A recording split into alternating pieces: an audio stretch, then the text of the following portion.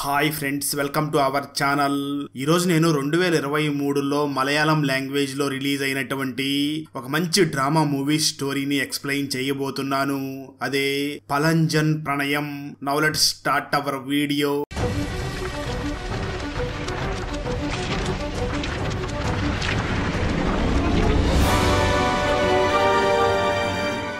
Open చేస్తే మోహన్ అనే ఒక వ్యక్తి తన ఫ్రెండ్ మన్యాతో కలిసి అమ్మాయిని చూడ్డానికి వెళ్తాడు. మోహన్ తన కోసం పెళ్లి చేసుకోవడానికి అమ్మాయిని చూడ్డానికి వెళ్తాడు. నిజానికి మోహన్ కి 40 years ఉంటాయి, కానీ ఇంతవరకు మోహన్ కి పెళ్లి అయి ఉండదు. మోహన్ కి పెళ్లి చేసుకోవాలని ఉంటుంది, కానీ ప్రతిసారి అమ్మాయిలందరూ కూడా మోహన్ ని రిజెక్ట్ చేస్తూ ఉంటారు. అందువల్ల అసలు ఏం చెయ్యాలా అని మోహన్ బాధపడుతూ ఉంటాడు.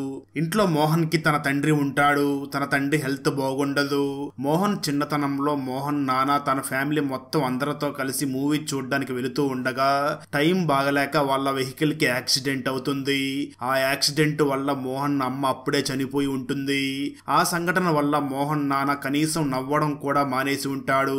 ప్రతి టైంలో కూడా మోహన్ నాన్న షాక్ లోనే ఉంటాడు. మోహనే వాళ్ళ నాన్నని చాలా జాగ్రత్తగా చూసుకుంటూ ఉంటాడు. తన నాన్న బాగోగులన్నీ కూడా తనే దగ్గరుండి చూసుకోవడం వల్ల తనకి పెళ్లి చేసుకోవడానికి కూడా టైం దొరికి ఉండదు. కానీ ఇప్పుడు టైం దొరికినా పాపం మోహన్ కి అమ్మాయిలు దొరకరు, ఎందుకంటే మోహన్ కి ఎక్కువ ఏజ్ అయి ఉంటుంది. మోహన్ మాన్యతో కలిసి పెళ్లి చూపులకి వెళుతూ ఉండగా ఒక పండితుడు వచ్చి మోహన్ ని చూసి, ఇలా చూడు బాబు, నేను భవిష్యత్తు గురించి చెప్తాను. నువ్వు ఏ పని మీద వెళుతున్నావో ఆ పని జరుగుతుందో లేదో నేను చెప్పగలను అని అంటాడు. అయితే మాన్య మాత్రం మోహన్ ని చూసి, ఇతడు మనల్ని ఎదవల్ని చేస్తున్నాడు, మనీ కోసమే ఇలా మాట్లాడుతున్నాడు, నువ్వు తనకి మనీ ఇవ్వకు, టైం అవుతుంది, తొందరగా వెళదాం రా అని అంటాడు. మోహన్ మాత్రం చాలా ఎక్సైటెడ్ గా ఉండడం వల్ల ఆ పండితుడిని చూసి, ఇలా చూడండి, నేను ఒక అమ్మాయిని చూడ్డానికి వెళుతున్నాను, ఆ అమ్మాయి నన్ను ఇష్టపడుతుందా లేదా చెప్పండి అని అడుగుతాడు. ఆ పండితుడు వెంటనే మనీ కోసం మోహన్ దగ్గర డబ్బులు తీసుకుని, సంతోషంగా వెళ్ళు బాబు, నీ పెళ్లి ఖచ్చితంగా అవుతుంది అని చెప్తాడు. దాంతో మోహన్ పండితుడు చెప్పాడంటే ఖచ్చితంగా ఖాయం అవుతుంది అని అనుకుంటాడు. ఆ తర్వాత మోహన్ చాలా సంతోషంగా మాన్యతో కలిసి అమ్మాయిని చూడ్డానికి అమ్మాయి వాళ్ళ ఇంటికి వెళ్తాడు. అప్పుడు మోహన్ కి నిషా అనే పేరు గల ఒక అమ్మాయిని చూపిస్తారు. కానీ ఆ అమ్మాయి ఫ్యామిలీ మెంబర్స్ అందరూ కూడా మోహన్ ని చూసి, అసలు నువ్వేం చేస్తూ ఉంటావు బాబు అని అడుగుతారు. దానికి మోహన్, నేను ఒక స్కూల్ టీచర్ గా పనిచేస్తూ ఉండేవాడిని, కానీ నాన్నకి హెల్త్ బాగోలేకపోవడం వల్ల నేను మా నాన్న బాగోగులు చూసుకుంటున్నాను, అందువల్ల ఆ స్కూల్లో జాబ్ వదిలేయాల్సి వచ్చింది. ప్రజెంట్ నేను ఇంట్లో పిల్లలకి ట్యూషన్ చెప్తున్నాను, ఆ ట్యూషన్ ద్వారా వచ్చే మనీతోనే ఇల్లు గడుపుతున్నాను అని చెప్తాడు. ఆ మాట వినగానే ఆ అమ్మాయి ఫ్యామిలీ వాళ్ళ మూడ్ మొత్తం పాడయ్యి, ఈ ట్యూషన్ చెప్పే వ్యక్తి మన అమ్మాయిని సంతోషంగా ఎలా చూసుకోగలడు అని ఆలోచించి నిషాతో పాటు ఆమె ఫ్యామిలీ కూడా మోహన్ రిజెక్ట్ చేస్తారు. అలా ఇంకొక అమ్మాయితో కూడా రిజెక్ట్ చేయించుకుని చాలా నిరాశగా ఇంటికి తిరిగి వెళుతూ ఉంటాడు మోహన్. అప్పుడు మాన్య మోహన్ తో, ఇలా చూడు, నువ్వు నిజంగానే ఓల్డ్ ఫ్యాషన్ లాగా అనిపిస్తున్నావు, జిడ్డు మొహం వేసుకుని 1/2 లీటర్ నూనెని వేసుకున్నట్లుగా ఉన్నావు, పైగా బట్టలు కూడా నువ్వు ముసలివాళ్ళలాగా వేసుకుంటున్నావు. ఈ కాలంలో అమ్మాయికి మోడర్న్ అబ్బాయిలే నచ్చుతారు, కానీ నీలాంటి ఓల్డ్ ఫ్యాషన్ వాళ్ళు నచ్చరు. వాళ్ళ చుట్టూ తిరిగే అబ్బాయిల్ని ఈ అమ్మాయిలు కావాలని కోరుకుంటూ ఉంటారు, అందువల్ల నిన్ను నువ్వు కొంచెం చేంజ్ చేసుకో అని చెప్తాడు. మాన్య మాటలు విన్న మోహన్ చాలా మోటివేట్ అయ్యి నిషా వెనకాల పడడం, తననే ఫాలో అవ్వడం స్టార్ట్ చేస్తాడు. అమ్మాయిల వెనకాల తిరగడం అంటే వాళ్ళు ఎక్కడికి వెళ్తే అక్కడికి ఫాలో అవ్వడమే అని మోహన్ కి అర్థమై ఉంటుంది, అందుకే అలా చేస్తూ ఉంటాడు. అలా మోహన్ ఫాలో అవుతూ ఉండడాన్ని నిషా గమనించి, నేను నిన్ను రిజెక్ట్ చేశాను కదా, మరి నువ్వెందుకు నా వెనకాల ఇంకా తిరుగుతున్నావు, ఇదే నీకు లాస్ట్ వార్నింగ్, ఇంకోసారి నా వెంట పడుతున్నా లేదా నా చుట్టుపక్కల ఎక్కడ కనిపించినా సరే నేను పోలీస్ కంప్లైంట్ ఇస్తాను, ఖచ్చితంగా వాళ్ళు నీ కాళ్ళు చేతులు విరక్కొడతారు అని అంటుంది. ఆ మాటలు వినగానే మోహన్ చాలా భయపడిపోయి అక్కడి నుంచి పారిపోతాడు.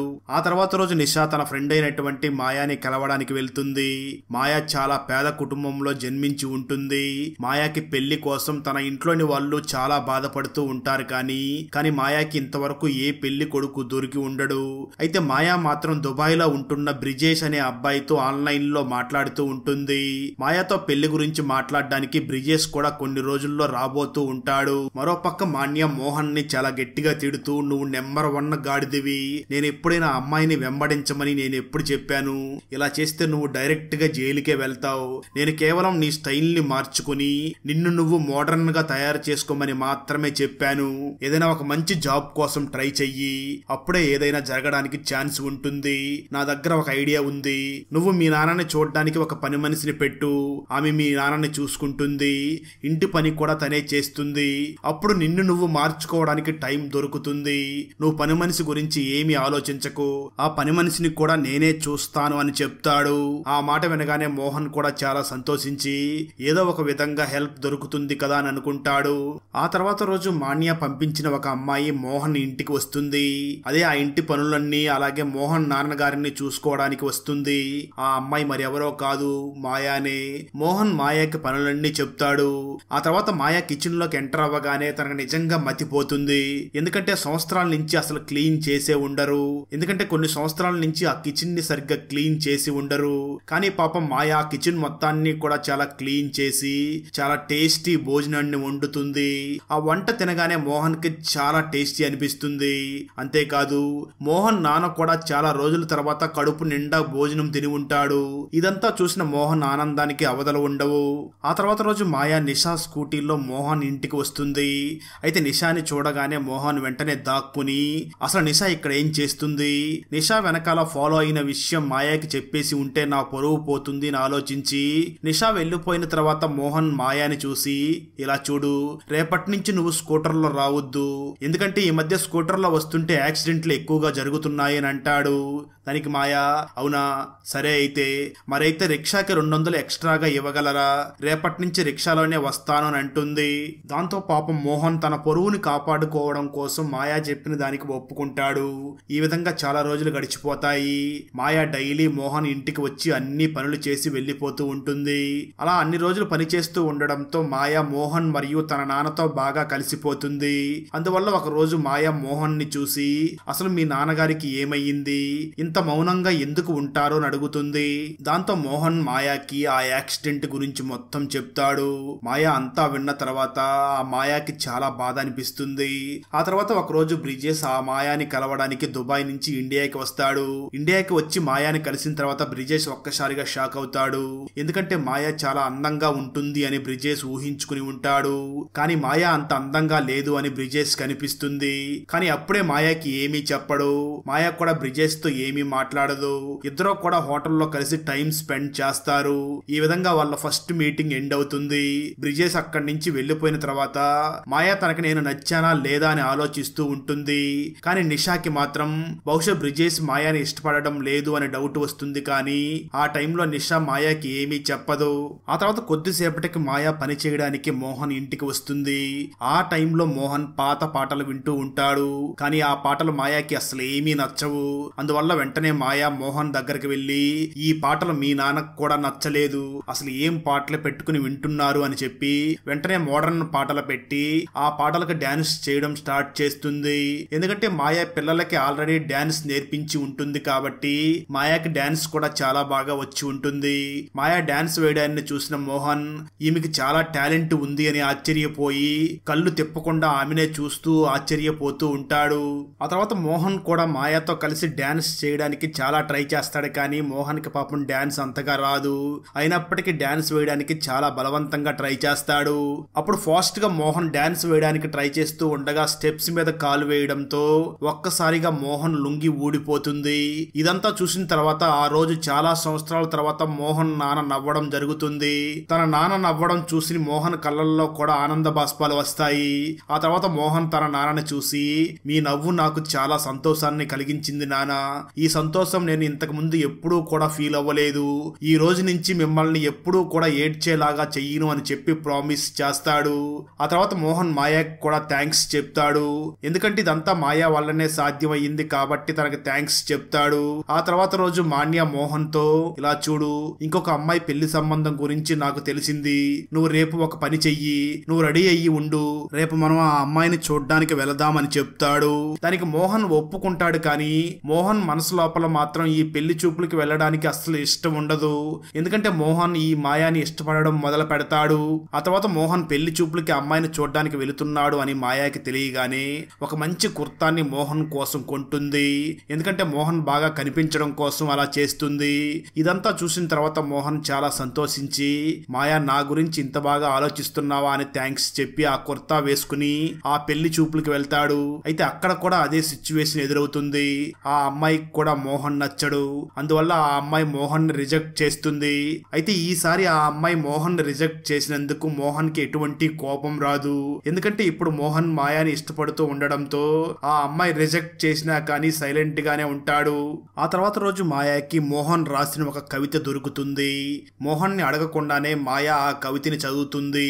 ఆ తర్వాత మాయా మోహన్ ని చూసి మీరు ఎంత గొప్ప కవి, ఇంత మంచి మంచి కవితలు రాశారు అని చెప్పి మాయా వెంటనే ఆ మోహన్ రాసిన కవితని పాడి మోహన్ కి వినిపిస్తుంది. అప్పుడు మోహన్ మాయా తన మధురమైన గొంతుతో తను రాసిన కవితని చదువుతూ ఉండగా తను మైమరిచిపోయి ఆ కవితనే వింటూ ఉంటాడు. అయితే ఆ తర్వాత ఒక రోజు మాయా పని చేయడానికి మోహన్ ఇంటికి రాదు. దాంతో మాయా పనికి రాకపోయేసరికి మోహన్ చాలా టెన్షన్ పడుతూ ఎక్కడికి వెళ్ళింది, ఎందుకు పనిలోకి రాలేదు, మాయాకి బాగుందో లేదో అని ఆలోచిస్తూ ఉంటాడు. అప్పుడే మోహన్ కి మాయా అమ్మ హెల్త్ బాగోలేదు, ఆమెని హాస్పిటల్లో అడ్మిట్ చేయాల్సి వచ్చింది, అందువల్లనే మాయా పనిలోకి రాలేదు అని తెలియగానే మోహన్ వెంటనే హాస్పిటల్కి వెళ్లి మాయాని కలిసి మాయా అమ్మ హెల్త్ గురించి అడుగుతూ అసలు మీ అమ్మగారికి ఏమయ్యింది అని అడుగుతాడు. దానికి మాయా నిజానికి అమ్మకి చాలా టెన్షన్ వల్ల బీపీ హై అయ్యింది, అందువల్లే హాస్పిటల్లో అడ్మిట్ చేయాల్సి వచ్చింది. తను ఎక్కువగా నా పెళ్లి గురించే మా అమ్మ చాలా బాధపడుతూ ఉంటుంది. అంటే పెళ్లికి మనీ ఎలా అరేంజ్ చెయ్యాలా అని ఆలోచిస్తూ ఉంది. అలాగే ఒక అబ్బాయితో పెళ్లి మాటలు కూడా జరుగుతూ ఉన్నాయి, దాని గురించి ఆలోచిస్తున్నట్లు ఉంది. ఇప్పుడు ఆ పెళ్లి సంబంధం కూడా ఏమవుతుందో అని మా అమ్మ ఆలోచిస్తున్నట్లు ఉంది అని అంటుంది. ఇవన్నీ విన్న తర్వాత మోహన్ కి చాలా బాధ కలుగుతుంది. ఆ తర్వాత మోహన్ తన దగ్గర ఉన్న కొద్ది మనీని మాయాకి హెల్ప్ అవుతుందని తనకిచ్చి కొన్ని రోజులు అదే అమ్మగారికి హెల్త్ బాగయ్యే వరకు నువ్వు పనిలోకి రావద్దు అని తన దగ్గర ఉన్న ఆ కొద్ది మనీని తనకిస్తాడు. ఎందుకంటే తన అమ్మను కోల్పోయి తను ఎంత బాధపడుతున్నాడో అలాంటి బాధ మరెవరో పడకూడదు అని మోహన్ అలా ఫీల్ అవుతూ ఉంటాడు. ఇదంతా చూశాక మాయాకి కూడా నిజంగా మోహన్ చాలా మంచి మనిషి అనిపిస్తుంది. ఆ తర్వాత నుంచి మాయా కూడా మెల్లమెల్లగా మోహన్ ని ఇష్టపడడం స్టార్ట్ చేస్తుంది. మాయాని మోహన్ ఇష్టపడుతున్నాడు అని మాన్యాకి తెలుస్తుంది. అప్పుడు మాయా పెళ్లి ఆ దుబాయ్ కుర్రవాడితో జరగబోతుంది అని మాటలు వినిపిస్తున్నాయి. కాబట్టి నా దగ్గర ఒక ఐడియా ఉంది, మనం మాయా పెళ్లిని చెడగొడదాం, ఆ తర్వాత నీ లైఫ్ సెటిల్ అవుతుంది అని అంటాడు. కానీ మోహన్ మాన్యాతో లేదు అలా చేయకూడదు, మాయా బలవంతంగా నా లైఫ్ లోకి రావాలి అని నేను అనుకోవడం లేదు. ఒకవేళ మాయా దుబాయ్ వ్యక్తితో సంతోషంగా ఉంటే మాయా సంతోషంలోనే నా సంతోషం కూడా ఉంటుంది అని అంటాడు. కట్ చేస్తే ఆ తర్వాత రోజు బ్రిజేష్ మాయాని ఒక హోటల్ కి పిలిచి ఇలా చూడు, నన్ను క్షమించు, నేను నీతో పెళ్లి చేసుకోలేను, ఎందుకంటే నేను ముందు నుంచే రిలేషన్షిప్ లో ఉన్నాను అని చెప్పి తాను రిలేషన్షిప్ లో ఉన్న వ్యక్తి ఫోటోని మాయాకి చూపిస్తాడు. బ్రిజేష్ రిలేషన్షిప్ లో ఉన్నది అమ్మాయితో కాదు అబ్బాయి ఫోటోని చూపిస్తాడు. ఆ విషయం తెలిసాక మాయా షాక్ అయ్యి వెంటనే ఆ హోటల్లో నుంచి బయటికి వచ్చేస్తుంది. అలాగే బ్రిజేష్ తన లైఫ్ లో లేకపోవడం వల్ల మాయాకి చాలా హ్యాపీగా అనిపిస్తుంది. ఎందుకంటే మాయా కూడా మోహన్ కి ఎలా ప్రపోజ్ చెయ్యాలని ఆలోచిస్తూ ఉంటుంది. అలా మాయా ఇంటికి వచ్చిన తర్వాత మోహన్ మాయాని చూసి నువ్వు బ్రిజేష్ ని కలవడానికి వెళ్ళావు కదా, ఇంతకీ పెళ్లి ఎప్పుడో చెప్పు అని అడుగుతాడు. దానికి మాయా ఏం పెళ్ళో ఏమో, అతను వేరే వాళ్ళతో రిలేషన్షిప్ లో ఉన్నాడు అని చెప్తుంది. ఆ మాట వినగానే మోహన్ చాలా సంతోషపడతాడు. అంటే ఆ సంతోషానికి అవధలే ఉండవు. ఆ తర్వాత మాయా మోహన్ తో రేపు నా ఫ్రెండ్ నిషా నిశ్చితార్థం ఉంది, నాతో పాటు మీరు కూడా అక్కడికి రండి అని చెప్తుంది. నిషా పేరు వినగానే మోహన్ కి చెమటలు పడతాయి. అసలు ఈ నిషా నా జీవితంలో నుంచి ఎప్పుడు వెళ్లిపోయిద్దా అని ఆలోచించి కానీ మాయా పిలిచినందువల్ల రావడానికి ఒప్పుకుంటాడు. నిషా నిశ్చితార్థానికి వెళ్లిన తర్వాత మోహన్ ముందుగానే తన తప్పుకి క్షమించమని నిషాని అడుగుతాడు. దాంతో నిషా కూడా మోహన్ ని క్షమించేస్తుంది. ఆ తర్వాత మాయా తన కళ్ళతోనే మోహన్ కి నిన్ను ఇష్టపడుతున్నాను అని చెప్పేస్తుంది. మోహన్ కూడా మాయా సైగిని అర్థం చేసుకుని మోహన్ కూడా సైకిల్తో మాయా ప్రపోజల్ ని యాక్సెప్ట్ చేస్తాడు. ఆ తర్వాత మోహన్ మాయాని తన బైక్ మీద ఎక్కించుకుని ఇంటికి వెళుతూ ఉండగా మాయా మోహన్ల జంటను చూసి ఆ పండితుడు మరియు మాన్య చాలా హ్యాపీగా ఫీల్ అవుతారు. ఆ పండితుడు వెంటనే పక్కనే ఉన్న మాన్యాని చూసి నేను మోహన్ కి పెళ్ళవుతుంది అని ముందే చెప్పాను కదా అని అంటాడు. ఆ హ్యాపీ ఎండింగ్ తో ఈ మూవీ అక్కడతో ఎండ్ అవుతుంది. ఫ్రెండ్స్, వీడియో నచ్చినట్లయితే లైక్ చేసి ఒక చిన్న కామెంట్ చేస్తే మాకు నెక్స్ట్ వీడియో చేయడానికి ఎంకరేజింగ్ గా ఉంటుంది. ఉంటుంది. అలాగే ఛానల్ ని సబ్స్క్రైబ్ చేసి పక్కనే ఉన్న బెల్ ఐకాన్ ని క్లిక్ చేసి సపోర్ట్ చెయ్యండి. Thanks for watching. జై హింద్.